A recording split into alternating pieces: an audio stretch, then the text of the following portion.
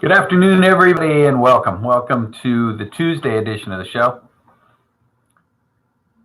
I saw some statistics today, which still blew me away. After years and years of the anti smoking thing, and then we had all of the people that transitioned over to e cigarettes, and then we had all the problems with the e cigarettes, and everybody, I thought, pretty much stopped.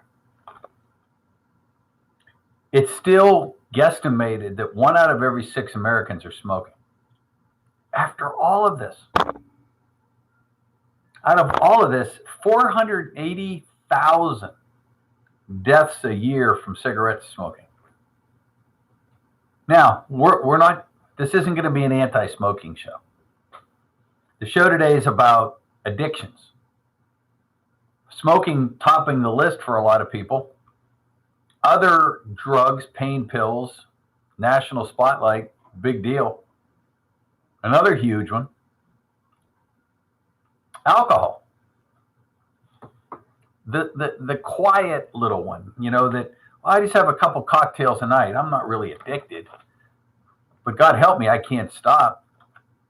It's a daily event. So what drives a person to smoke or to drink or to use drugs? What roles do emotions play in that addictive behavior? In other words, are the people that are succumbing to the addictions have an emotional problem? Harvard Kennedy School is where this study came from. I typically tell you, I'm not pulling this out of any alternative magazine. This is something that was published in Science Daily and actually in the Proceedings of the National Academy of Sciences. Sadness, but not all negative emotions, heightens addictive substance use. Sadness. I want you to remember that word. What drives a person to smoke cigarettes, this article says, and keeps 1 out of 6 U.S. adults addicted to tobacco at a cost of 480,000 premature deaths each year, despite decades and decades of anti-smoking campaigns. What role do emotions play in this kind of addictive behavior? Why do some smokers puff more often, more deeply, or even relapse after many years after they quit? Now, I'm not going to get into the addictive nature of nicotine, smoking, etc. It's just addictions. That's what we're talking about. If policymakers, and again, we don't ever want the government oversee, but anyway, if policymakers had these answers, how could they strengthen the fight against the global smoking epidemic?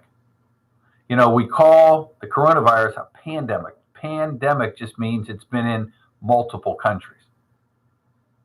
Nothing, not epidemic, pandemic. Epidemic means, my goodness, we got a problem. A team of researchers based at Harvard University sought to try to find the answers. And they now think they have fresh insights into this question. Thanks to a set of 4 interwoven studies described in a new report published in the Proceedings of the National Academy of Sciences, probably the most prestigious medical journal. The studies show that sadness plays an especially strong role in triggering addictive behavior relative to other negative emotions like disgust. The studies range from analysis of data from a national survey of more than 10,000 people over 20 years. And they actually had laboratory tests examining the response of current smokers to negative emotions. They did lab analysis of this. One study tested the volume and frequency of actual puffs on a cigarette by smokers who volunteered to be monitored once they started smoking.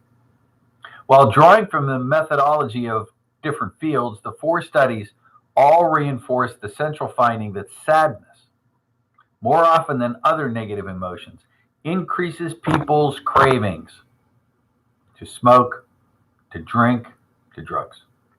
The conventional wisdom in the field was that any type of negative feelings, whether it's anger, disgust, stress, sadness, fear, or shame, could make an individual more likely to use an addictive drug, said the lead author Charles Dorison, a Harvard Kennedy School doctoral candidate. Our work suggests that the reality is much more nuanced than the idea of just feeling bad, smoke more. Feeling bad, drink more. Feeling bad, take more drugs. Specifically, we find that sadness appears to be an especially potent trigger for addictive substance use. How do you find sadness?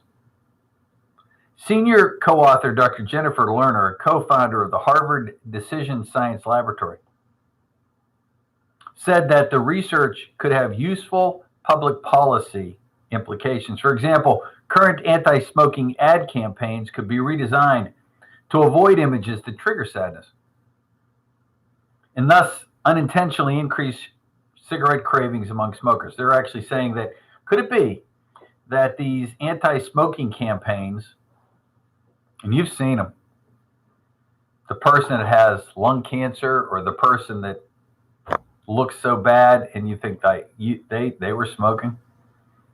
Notice we don't do anti-drinking or anti-drug campaigns really much. Lerner is the first tenured psychologist on the faculty of the Kennedy School. She was the chief decision scientist for the U.S. Navy, 2018 and 19. Lerner has studied the impact of emotions on decision-making since the 90s, examining issues including whether generalized negative emotions trigger substance abuse or whether a subset of specific emotions such as sadness are more important factors in addiction. So I'm going to ask you to think about this. How do you define sadness? Is sadness depression? Is sadness a subset of anxiety? How do you define sadness?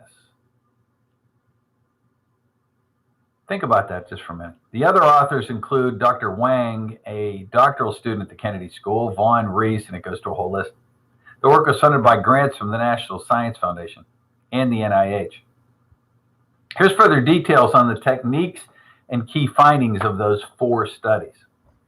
Examining data from a national survey that tracked 10,685 people for 20 years. That's pretty big. The researchers found that self-reported sadness among participants was associated with being a smoker. That's astounding to me. I mean, at what point do we admit, when you're part of a study, at what point do you admit that you're sad? That's a tough one. I want you to think about that for a minute. The sadder individuals were more likely, the sadder the person, the more likely they were to be smokers. So again, on that scale of a little bit sad, medium sad, or a lot sad, that's another one hard to do. Notably, other negative emotions did not show the same relationship with smoking. You could be angry, and it didn't. And they really don't talk about depression here. Number 2, when the team designed an experiment to test causality, did sadness cause people to smoke, or were negative life events causing both sadness and smoking?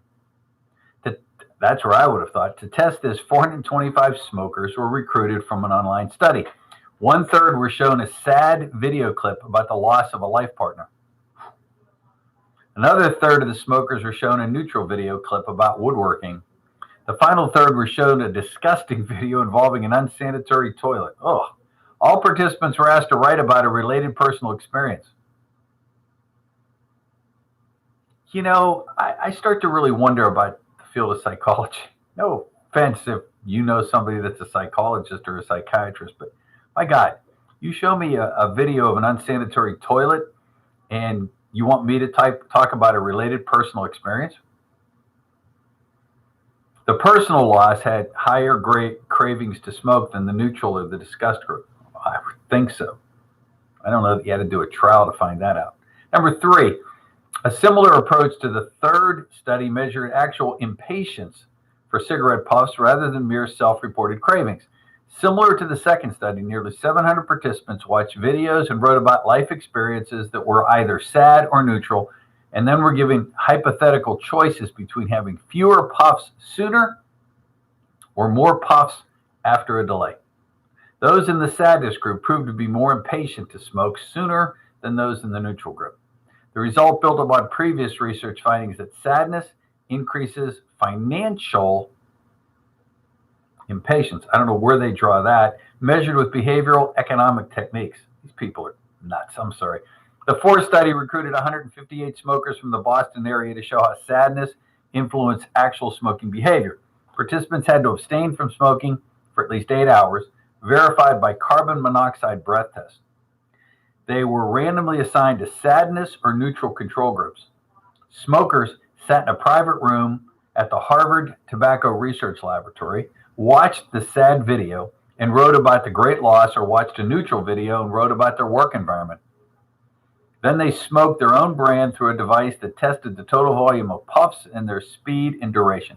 The results: smokers in the saddest condition made more impatient choices and smoked greater volumes per puff.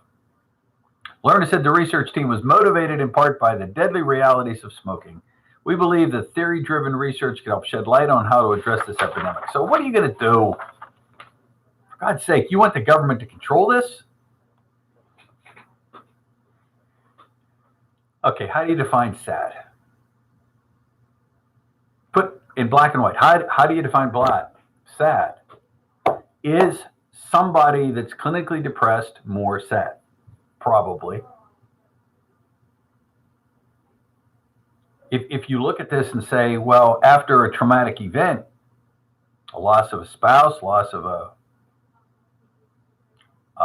mother, a child, whatever, do you get sad? Yes.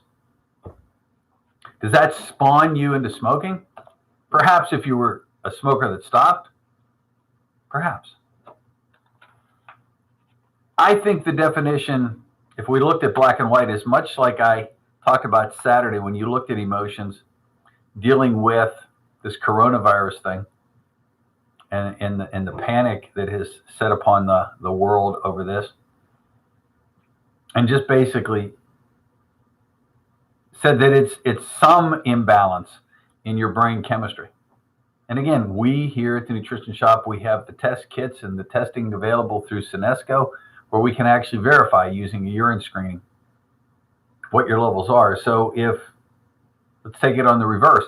If you are addicted to something, we are not an addiction center. We don't claim to be. But if you just have a mild problem, or maybe a problem that you're just realizing when you heard this, is that those 2 cocktails you have every night have become an addiction.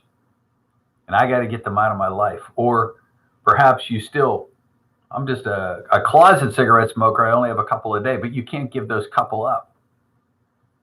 Perhaps if we took a look at your brain chemistry, we could figure out what's going on. Tomorrow on our Blog Talk show, our Blog Talk Radio podcast, Dr. Tracy will be on talking about the coronavirus and all that's involved in that. So make sure you tune in. blogtalkradio.com. You can check it out there. You can go to Nutritional Frontiers website and be able to check it out there. If you have questions about what we just talked about, perhaps I stirred something in you through this video, give us a call at 678-228-8900, 678-228-8900. Our website is thenutritionshop.net. And don't forget, April 25th, our health summit will be taking place here in the South Atlantic communities. We'll have full details up on our website. There's a little tease on there right now. Check it out. Folks, have a great, healthy day, and we'll see you back here tomorrow. God bless.